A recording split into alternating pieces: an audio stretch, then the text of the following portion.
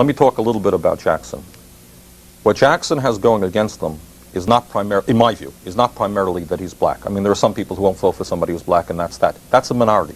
And I think one of the changes, you know, if people think I'm dumping on the United States, let me say that one of the nice changes that has taken place in the last 20 or 30 years is that, in fact, a person like Jesse Jackson can run for president of the United States and be taken seriously. Who would have thought about that 20 years ago, a black person running?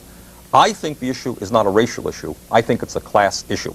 Okay? I think if you had a conservative black person, somebody, say, like a Mayor Good of Philadelphia, running, I think the business community would put money into his campaign and would say, boy, it's time for a black president.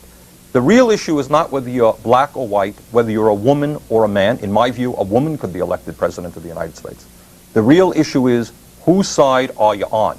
Are you on the side of workers and poor people, or are you on the side of big money and the corporations?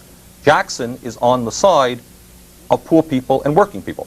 You know, interestingly enough, recently we've celebrated Martin Luther King's birthday, and we had a ceremony, a very lovely program in Burlington, Vermont, as I'm sure people did all over the country. And I want those people who are as old as I am to remember Martin Luther King Jr.'s last years. Everybody today, all the editorial papers say, oh, wasn't Martin Luther King a great guy? He fought for racial justice, a great hero.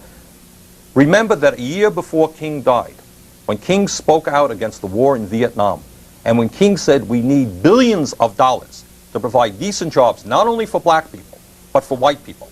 And when King said, I am going to organize a poor people's march to go to Washington, of blacks and whites and yellows, but of poor people to demand justice.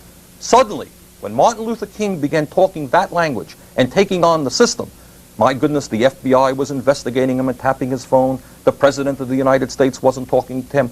The real issue in this country is class. And the ruling class and the big money people do not want to see workers wake up. They don't want to see workers voting. Now, this gentleman calls up, and the point that he makes is so poignant. He would like to learn about socialism.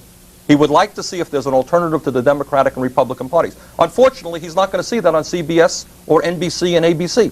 He's not going to hear about the possibility of an alternative to capitalism. He's not even going to learn about what goes on in Canada in terms of a national health care system, or the fact that they're now proposing, and Canada is no utopia, you know, I don't want to suggest that.